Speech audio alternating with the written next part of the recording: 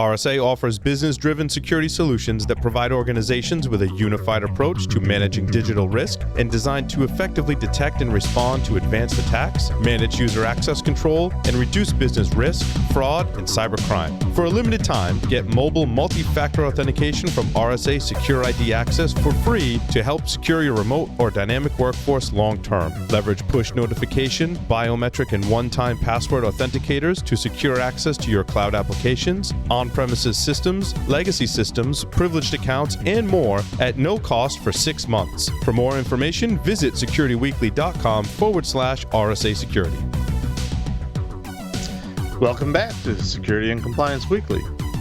We've been talking to Matt Springfield, former colleague of mine and founder of 12 Feet Incorporated. He has agreed graciously to stick around with us for our second segment where we take a look at the security and compliance news of the week. Because we've been talking about PCI and particularly the challenges and the things to look out for in terms of cloud security and migrating operations and infrastructure to the cloud, we thought we'd focus on that for our news stories of the week. Simple Google search and poof, you get all sorts of stories that are related to the cloud. It's amazing. Before we jump into the discussion, do have a couple more announcements. We are looking for high-quality guest suggestions here at Security Weekly Productions for all of our podcasts to fill out our Q3, that's third quarter recording schedule. You can submit your suggestions for guests by visiting securityweekly.com/guests. Just fill out the form. We review those suggestions on at least a monthly basis, and if we like your idea, we will reach out to you once we've reviewed. And if you haven't figured out yet, or if you haven't heard, if you've been living under a rock, or if you've been self-isolating and somehow unplugged, you know that Hacker Summer Camp is pretty much this year. So with all the recent changes to Black Hat and DEF CON and B-Sides Las Vegas, we realized that we're going to do the next best thing. We're going to host virtual podcasts. So we are proud to announce Hacker Summer Camp 2020, which will be a Security Weekly virtual live stream event that will happen on what would have been Hacker Summer Camp week, August 3rd through August 6th, 2020. To reserve your slot now, visit securityweekly.com/summercamp2020. And it's the next best thing, but what are you going to do? I, for one, am missing not going into Vegas this summer. I'm going to hang out in studio with Paul, and we're going to camp out in studio or something to make it really summer campy like. Hey, I may come up and visit you guys. Put a tent out in the middle of the floor and get some really cool masks to wear. Probably the coolest masks that I've seen. Smoke cigars. We're all good. Yeah, the bonfire. That shouldn't be an issue because the sprinkler system hasn't been installed yet, has it? You know what you should do? You should try to go to, what's the name of that restaurant that's right behind the studio that's got that nice pavilion? Treehouse. The Treehouse. You should see if you should try to negotiate with them to do a segment from their smoke pit because they've got this big, huge outdoor fire pit. That would be cool. That would be I might even drive up for that. Anyway, news of the week. Anybody got a story they want to jump in with? Don't be shy. I want to start with an opening salvo here, and the article that I was referencing earlier. If you are in Discord, you're seeing the article right now. It's dealing with rethinking the shared responsibility model, right? And in here, not only are they saying that the shared responsibility model should be SRM for short, but they went on to say, and we were talking about this a little bit in the break, and coming directly from the article, per a recent McAfee report, 69% of CISOs trust their cloud providers to keep their data secure, and 12% believe cloud service providers are solely responsible for securing data. I don't know about you, but that's alarming. Yeah, we got a guest that can answer that. We did a segment on this on Enterprise Security Weekly, episode number 154. And it was a call out from John Strand a month or two before because there was a lot of confusion around the shared responsibility model in the cloud. What am I responsible for? What's the cloud provider responsible for? We talked a little bit about this, Matt, in the last segment. What I did is I went through and I looked at the types of different service offerings, right? If I own my data center, I own it all. If I'm infrastructure as a service, there are things I own back to the virtual machine, right? If I'm running my own dedicated EC2 instances, I'm responsible for validating security on those dedicated devices, right? And it changes through those levels.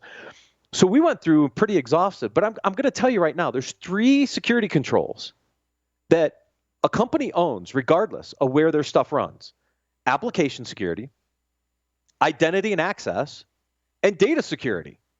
You own those. I don't care where your infrastructure runs. You own those 3 sets of controls. Now, maybe you don't own the host controls or the network controls, but for 12% of CISOs to say the cloud provider owns data security, you own it, buddy. Yeah, you're forgetting one though, and the one that you're forgetting is what happens when things go down, right? Unfortunately, cloud providers are fallible to things called electricity, right? So if there's a blackout or a brownout in the area, what's happening with your data? That's the real question. It's on diesel. Yes, diesel. It solves everything. Damn, when it comes to a data center, it solves a hell of a lot of problems. Let's be honest there.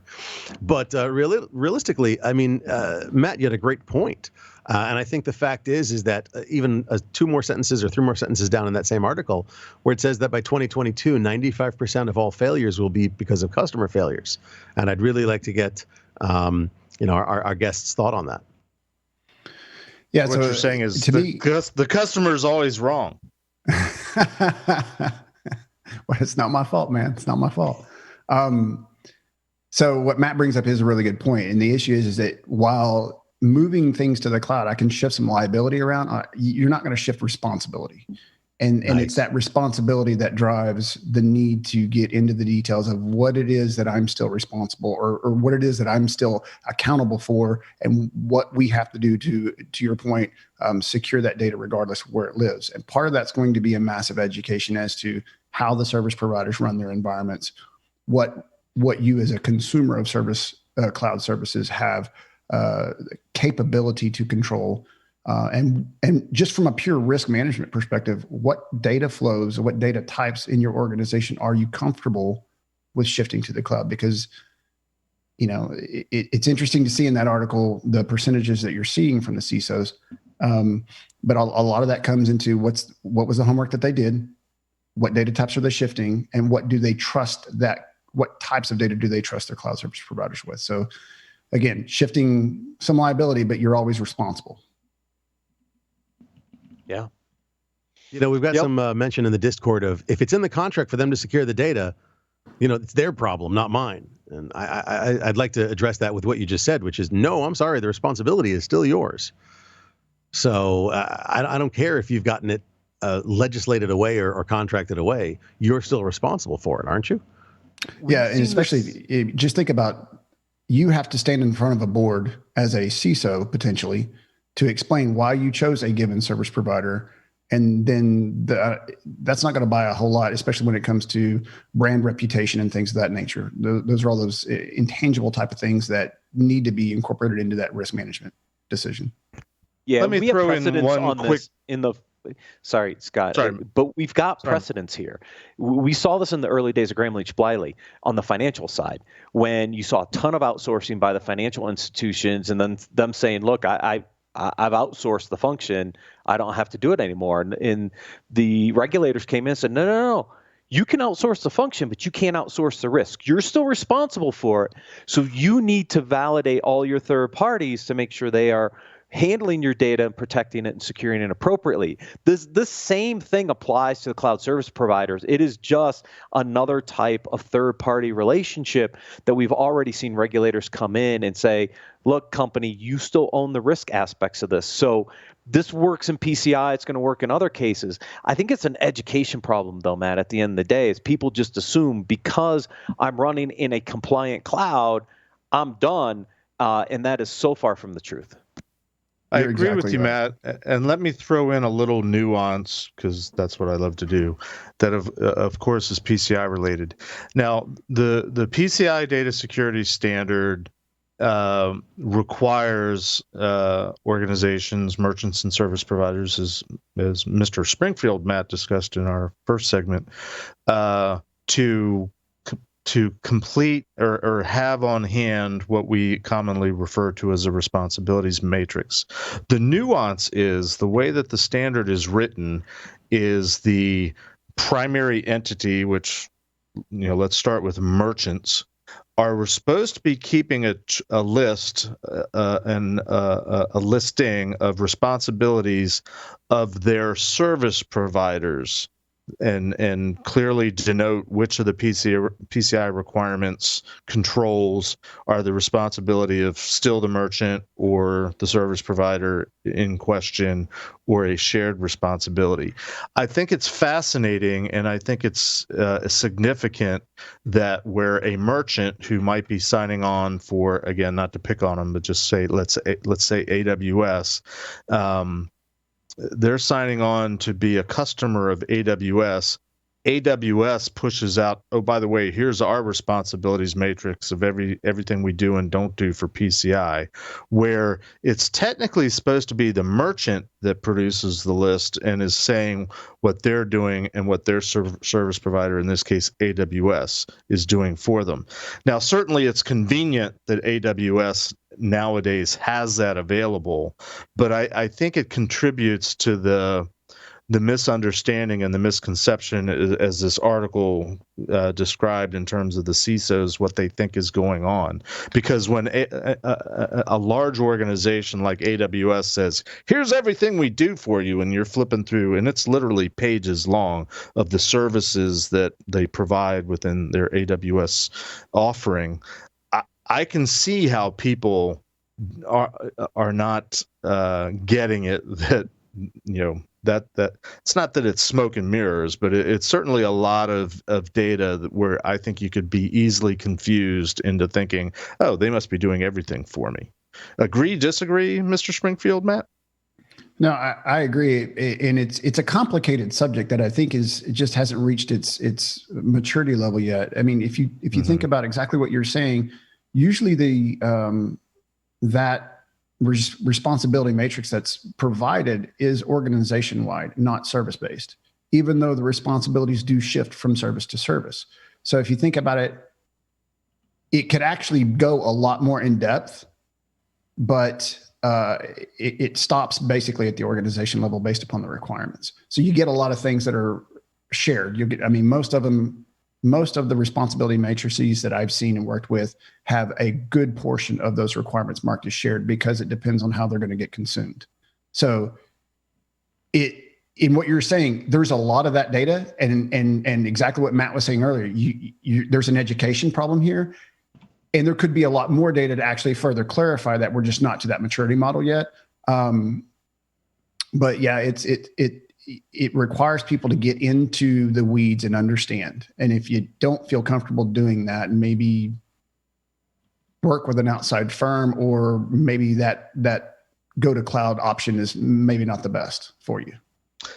Hey, let's segue to one of my articles, and this is Security Boulevard. They put out an article called "The Top Cloud Security Challenges in 2020."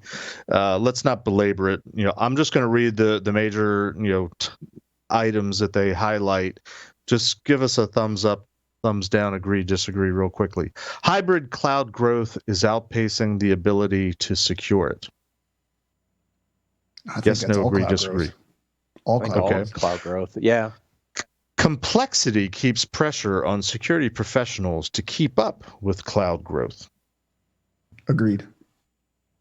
Missing information leads to misconfigurations. Yes, and yes. That's the major one right there. I mean, misconfiguration is probably one of the biggest issues in these cloud environments, because they're so, it ties to complexity. Is it misconfiguration, or I thought somebody else was doing that?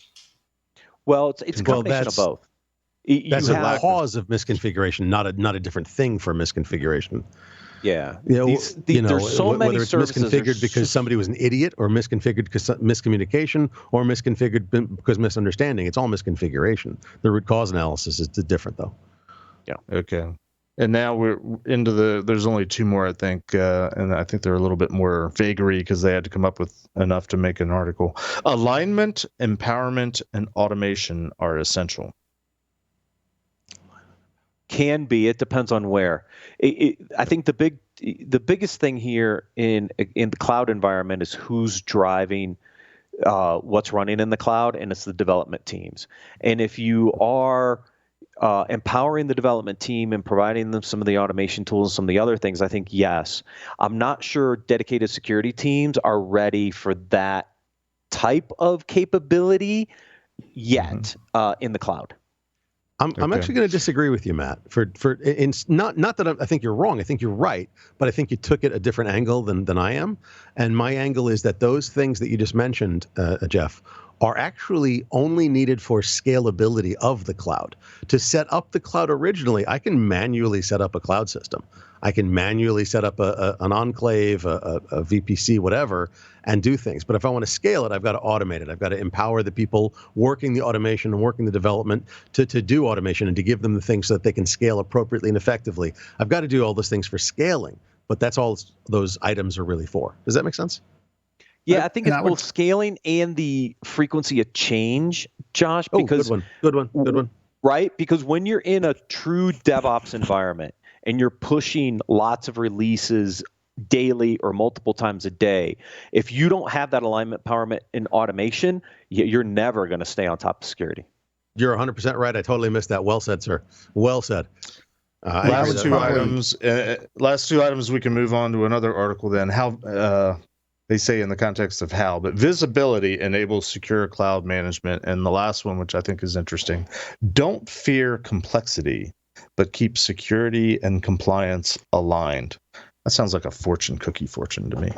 It really does. I don't like that one at all. Like keep security and compliance aligned. I agree. They have to be aligned so that they have clear goals and that they work together. They are symbiotic. And again, I'm pushing my view that they are symbiotic, but they're aligned. Yep. But don't fear complexity.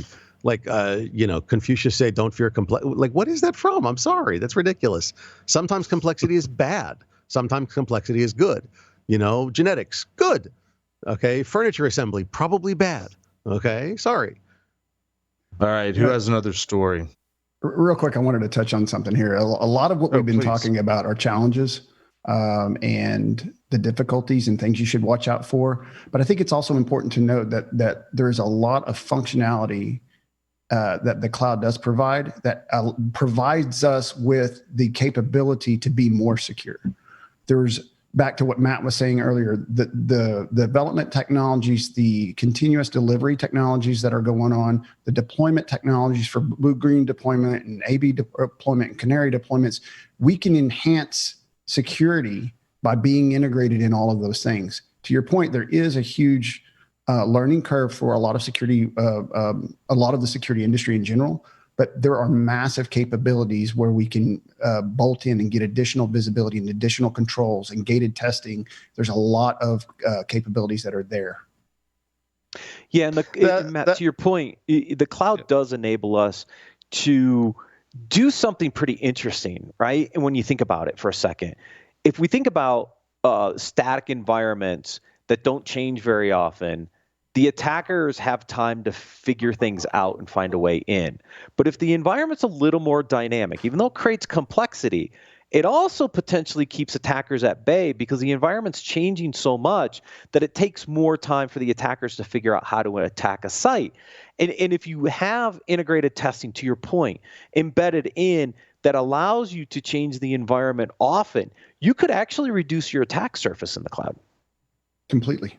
100%. Let me ask you this, potentially just disagreeing with you, Mr. Springfield, Matt.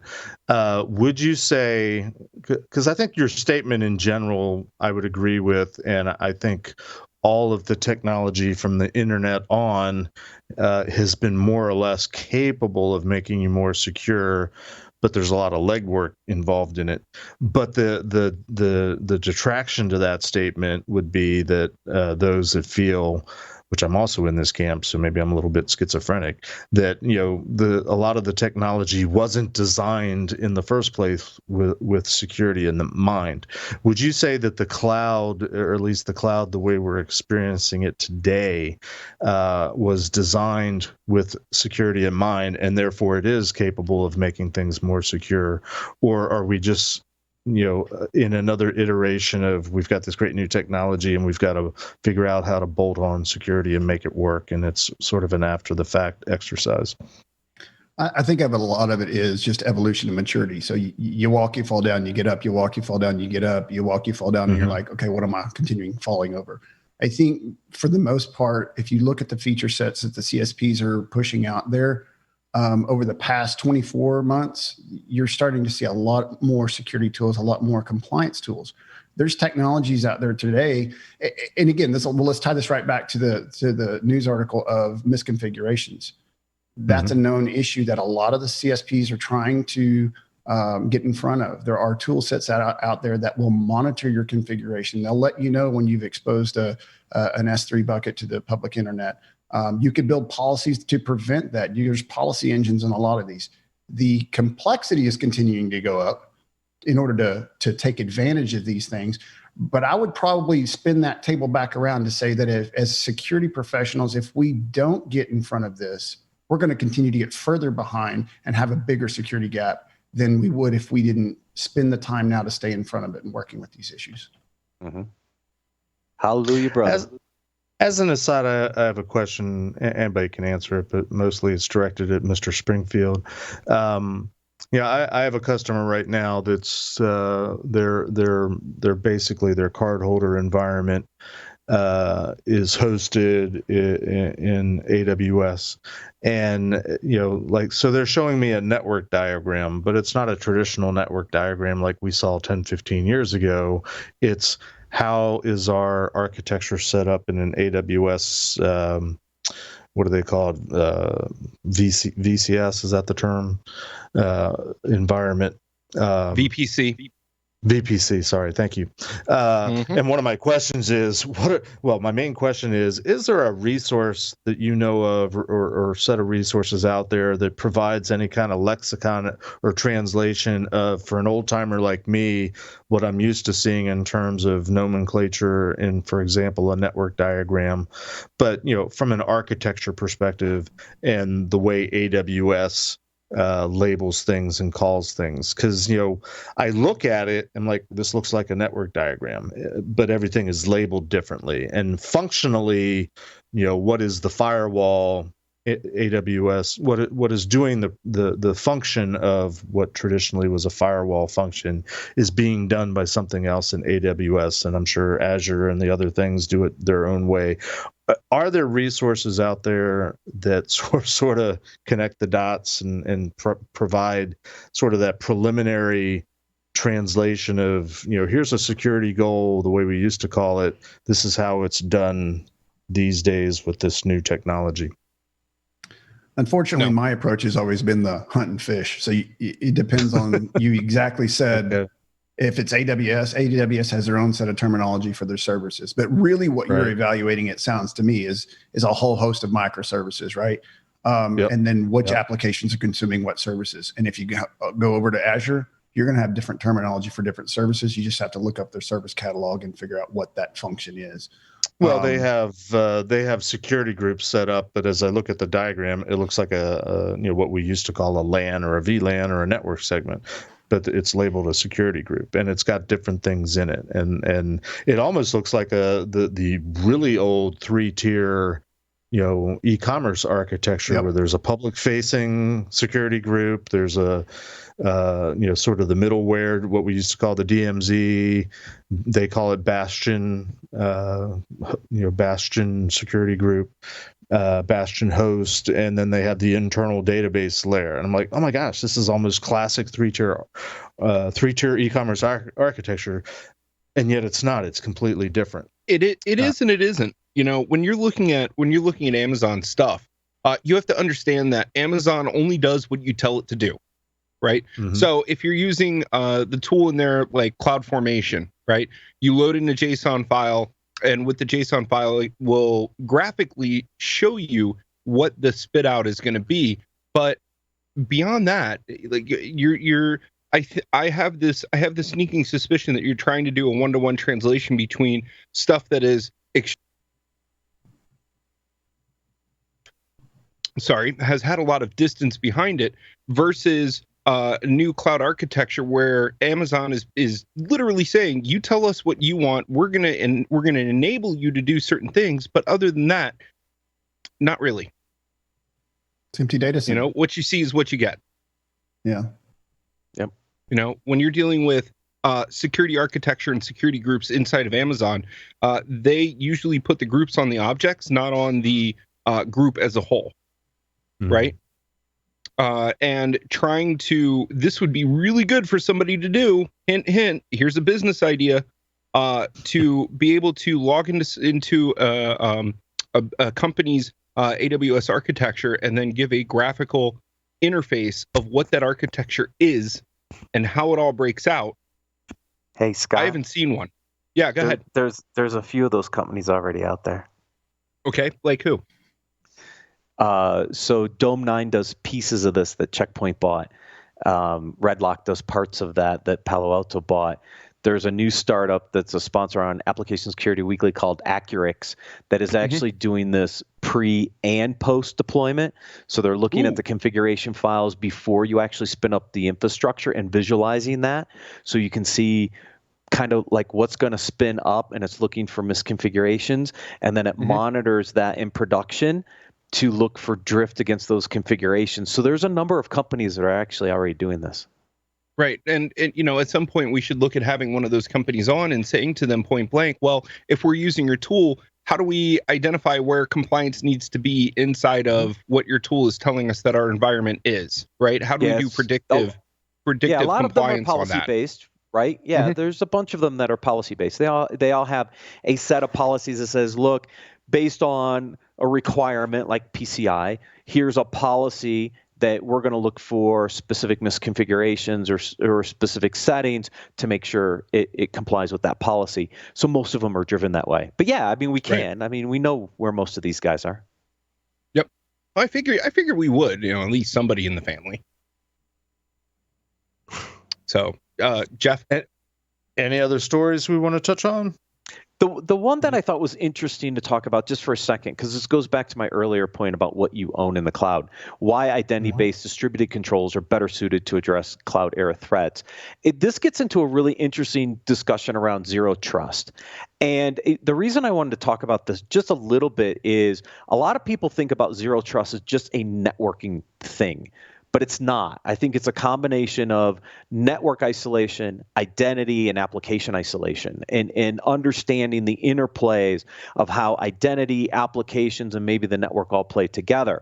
A lot of the early zero trust vendors really focus at this network segmentation layer. This article talks about how identity to service or application layer really becomes important when you think about a zero trust model and controlling identity in the cloud. So I thought this was a really good article because I think what we're going to see, and Matt Springfield, I'd love some thoughts on this, is I'm expecting to see some more evolution on the identity side as we continue to adopt more cloud services. So I would completely agree. And I would probably go so far as to say that the identity side in the cloud architectures is one of the most important areas to focus around. Specifically because in public cloud, all of your infrastructure APIs are exposed. And so role-based management for identity becomes imperative to do correctly. So you are one service account misconfiguration away from somebody being able to alter infrastructure now at that point. And then another challenge that we see based upon that is also inheritance of that identity store and identity management. So we have organizations that are larger organizations that say we want to put PCI as a tenant inside of our existing, enterprise cloud agreement with whoever. But you also have, that identity store authenticates up to the enterprise identity store, and there's this whole chain of events. And I know from a PCI perspective, it's something that we fight all the time. But identity management is massively key in how you operate in public cloud, because just think about it, anybody can hit that API. Anybody can hit the Amazon API. Right. So to tie it back, I completely agree. I think there's a lot of room in that space for innovation and to help those things become easier for organizations to manage. Are there benchmarks or baseline standards that anybody's putting out that touches on that? Not that I've seen. I'm not saying that there's none out there. I just have not had experience with any of those particular benchmarks. Because that's one of the ironies and misunderstandings of PCI. PCI is not prescriptive in the sense of it requires you to do that a particular way. It simply says, make sure when you're doing that you do it based on some industry accepted standard. But if there is no industry accepted standard, where does that leave organizations? Well, I think they would fall back to the industry accepted standard for, let's say, if they're doing identity management via Active Directory on premise. So your industry documentation for how you federate your Amazon tenant still falls back to common identity access security standards. Right. You're just extending that.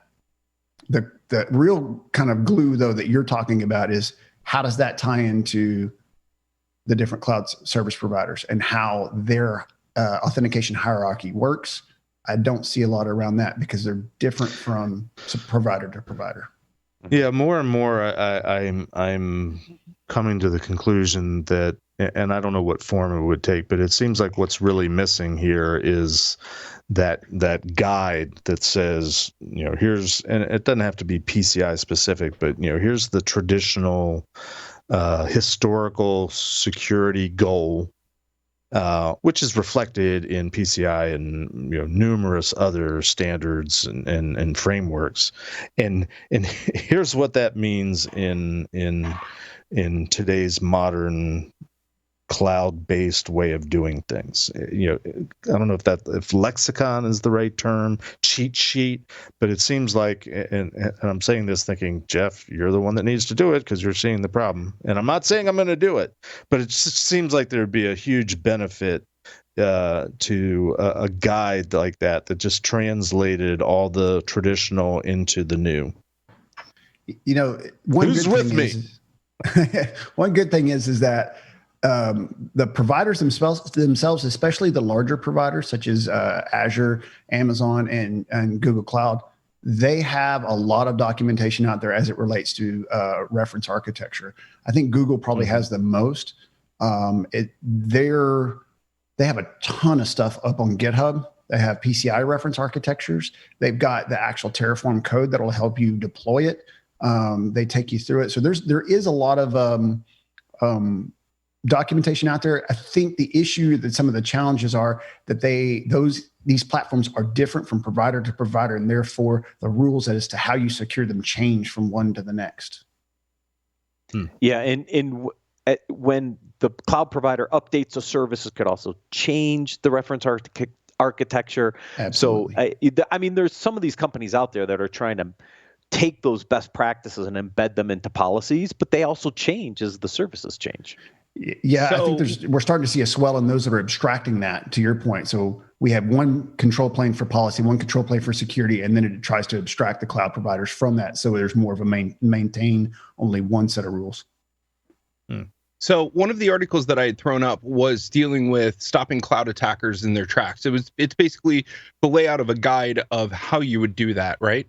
And in the guide, as I'm trying to paste this into Discord, they lay out threats on all sides, right, that we need to be aware of, from one cloud to another, between cloud assets, from a corporate network to cloud networks, and then from cloud to on-prem assets, right? So that might be a way to start understanding what the complexity looks like, right? But at the same time, they're also laying out extensive deceptions and greater visibility for following best practices, right? Just like you were talking about, discover and remediate privileged credential violations, manage the cloud attack surface, basically understand your crown jewels, right? Link privileged access and violations to the cloud and back, right? So understand what's going on there, and then create monitoring and remediation rules. So how do you defend against the attack? Does that help? Yeah, I was sitting here just kind of stepping through. There's some pretty good information here. Yeah. So if you're in the Discord, like you're seeing this, it also should be right up in here. Yep. So it's got a really nice explanation of a lot of different things you need to do, and it's not assuming massive amounts of knowledge. It does have some great explanations about this stuff, and it's not a volume either. Gil Schulman Gil Schulman, yeah, he's a nice guy. I've known him for a few years now. It's good stuff. Cool. Well, we have exhausted our time allotment for the day. We could clearly keep going, as we are wont to do.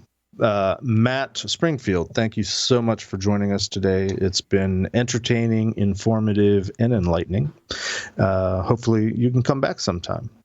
Well, that's going to that's going to wrap us today for episode 33, Security and Compliance Weekly, everything about the cloud and PCI. Till next time, stay safe.